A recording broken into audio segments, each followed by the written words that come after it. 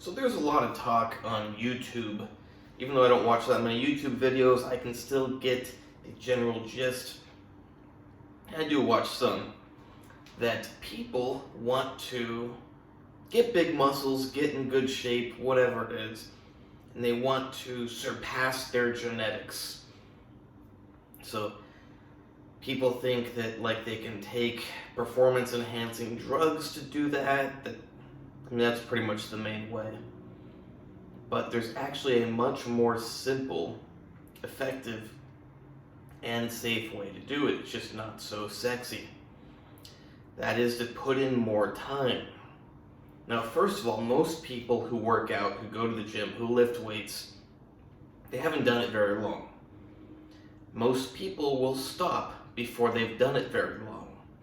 Most people don't start as young as I started, as young as some other people started. I started at 10 years old. Imagine the advantage that gave me by the time I was 14, by the time I was 15, 16. I got injured halfway through my 16th year, so I got set back for 4 years, but still, I had especially for my teenage years, I had a massive advantage over everyone else. Not because I was taking some special pill or injection, but because I started earlier. I put in more time. People were going to the gym, and maybe they saw me, they're like, oh, but I go to the gym 3 or 4 days a week also. How come you're so much bigger? It's like, well, I did that for 4, 5, 6 years already. Like I mentioned in a video last year, that some people might see older guys and think, whoa, he must be on a ton of stuff to be in such good shape at his age. When it's really maybe he's been working out longer than you've even been alive. So the time really matters, and persistence. If you are consistent and persistent, you will end up in better shape than 99% of people, because 99% of people don't stick with it. So instead of taking a bunch of, let's go back to when I was a teenager. People always ask me, are you taking steroids and stuff? And I thought it was a very, funny, cool question. It made me feel cool, oh yeah, they think I have something special. And I thought I had asthma when I was a kid. So I actually had a corticosteroid inhaler that I never used. I didn't want to take it, but doctors gave it to me. And I was pretty ignorant on steroids, but I knew that I had a steroid inhaler. So I would joke, yeah, I do have steroids. I never used it. I knew it, obviously my muscle was not from this asthma corticosteroid inhaler I got when I was a kid. But I liked, kind of joking about it. I don't know. But yeah, the answer is not steroids. In fact, there was one other guy who I knew my age in high school there were other people, but this guy was around me a lot. He did start taking steroids when he was about 16 years old. And I thought he seemed bigger than me. Looking back, he probably wasn't bigger than me. He was just really puffed up from the steroids, because when you take steroids, your muscles fill with more glycogen, more blood, more water. I remember his chest. It just looked so inflated and tight, and his biceps. So I'm pretty sure I was bigger than him. But I'd look at him, and just that cosmetic effect it gave him, I didn't understand, how I could get it. So I'd go to the gym, I would do flies like crazy, because, I would do presses also, but especially when I did my flies, I was thinking, he was actually my friend, I was thinking of this friend of mine, and I'm gonna get a bigger, more pumped up chest than him. And when doing biceps, I never got that same cosmetic appearance, but not only was I bigger than him at the time, and he had been working out for several years also. He was one of the other few people that started working out at a young age. I just started working out even younger. Maybe I had better genetics. Maybe I worked out better. He actually tried to work out every day of the week. I worked out 3 or 4 days a week. So maybe my method was better for me than his was for him. But if you fast forward, he's not in very good shape right now because he's not alive.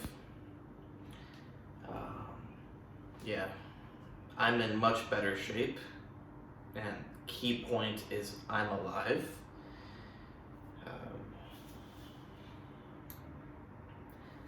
Consistency is a much better option, safer, more effective than taking steroids. And you may think, well, if someone takes steroids and they continue to be alive, they're going to be in better shape than you. It's like, no, most people who take steroids, it doesn't make that much of a difference.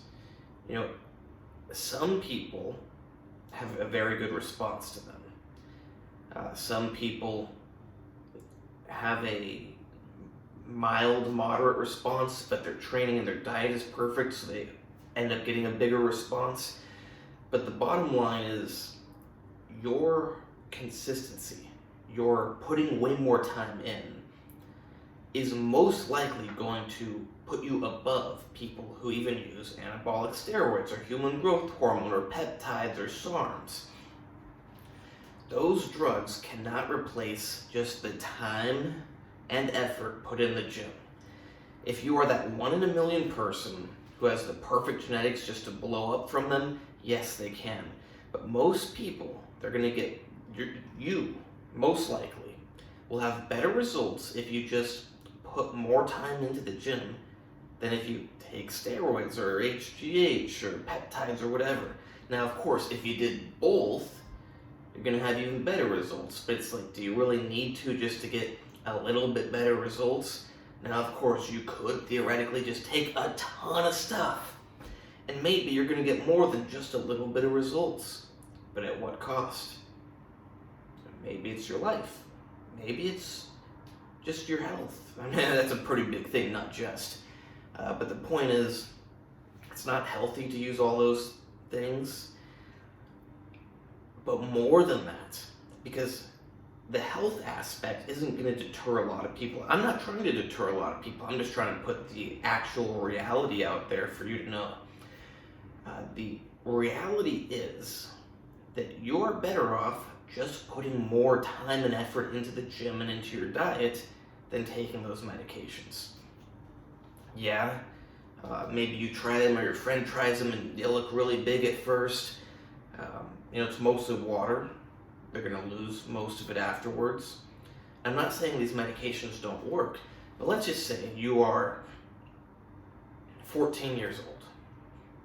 If you start working out today, by the time you are 25, you will be in way better shape than someone who started when they are 20 and took steroids. Now, of course, one of you could just have way crazy genetics, but assuming you're both just average people, putting in more time is going to get you way more out of things.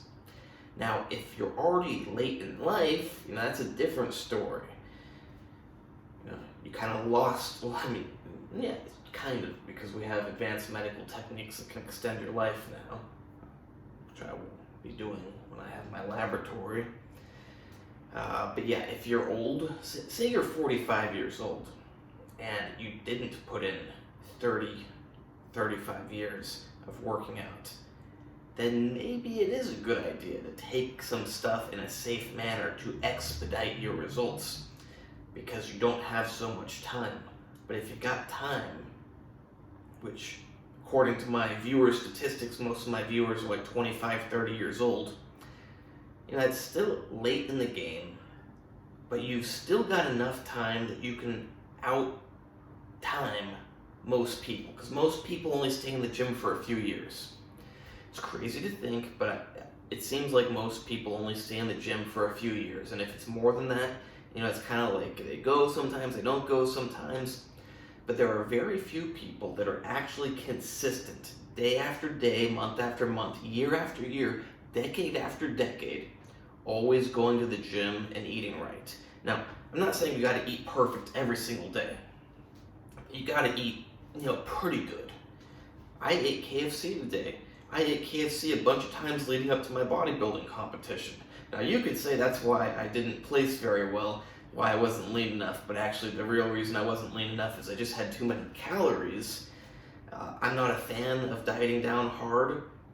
I love being able to bench press 8 reps of 310, because it's in kilos. 140 kilos is about 310 pounds. I like being able to do that a lot more than I like being more shredded and getting slightly injured trying to do 3 or 4 reps of it. Most people, I don't want to get too off topic, but I'm not obsessed with being super shredded for a competition. I get shredded enough that on the street people are like, wow, you look amazing. But I would rather keep my body in good health, feel great, have great workouts, not get injured, than get super shredded. But let's not get off topic. The point is, you can eat all sorts of foods, but you gotta be getting in your macronutrients and your micronutrients, and not way too much junk. If you gain some weight at some point, not a big deal. You can lose it. But if you are chronically protein deficient, you're probably not going to build very good muscle. If you're chronically vitamin deficient or mineral deficient, you're not going to build very good muscle. You're not going to have very good health. Point is, you want to get in most of the nutrients you need most of the time. It's a lot less harmful to have excess and gain a bit of body fat that you lose later than it is to be chronically deprived of what you need. So yeah, that's the real way to surpass your genetics, because imagine if you started working out at 10 years old like I did, versus if you start working out when you're 20. When you're 25 like I am now, you could either look similar to how I look now. Sadly, I was injured for 4 years. I lost a lot. It's not only that you lose 4 years, because during that 4 years you even go backwards. So it's like losing 6, 7, 8 years.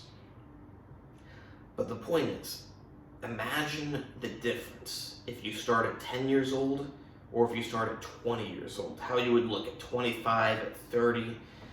No amount, unless you got the perfect genetics, of performance-enhancing drugs is going to bypass that. It is the most effective and the safest way to surpass your genetics. It's like anything else in life. You have bad genetics for learning a language. Your best way to surpass that? Put in more time. You've been learning it for 3 years and you go, oh, I'm so horrible, I just can't learn languages. Well, if you really want to learn it and be good at it, but you're not very good at learning languages, just wait another 7 or 10 years. By then, you'll be better than most people after 3 years, even if they're very skilled with languages, except for that genetic freak who has the perfect ability to learn languages. But I think you get the point. You can bypass a lot by just putting more time in. It's not the sexy answer, but it's the real life answer. Just outwork, out-time people. I don't know the best. Out-time people sounds like you're trying to get the right time, but I'm just saying, put in more time. Be patient. Hope you like this video. Please like, subscribe, and comment. Check out my other videos. I'm not against performance-enhancing drugs, medications, whatever you want to call them. But the reality of the matter is that just putting in more time is going to get you better results and be a lot safer.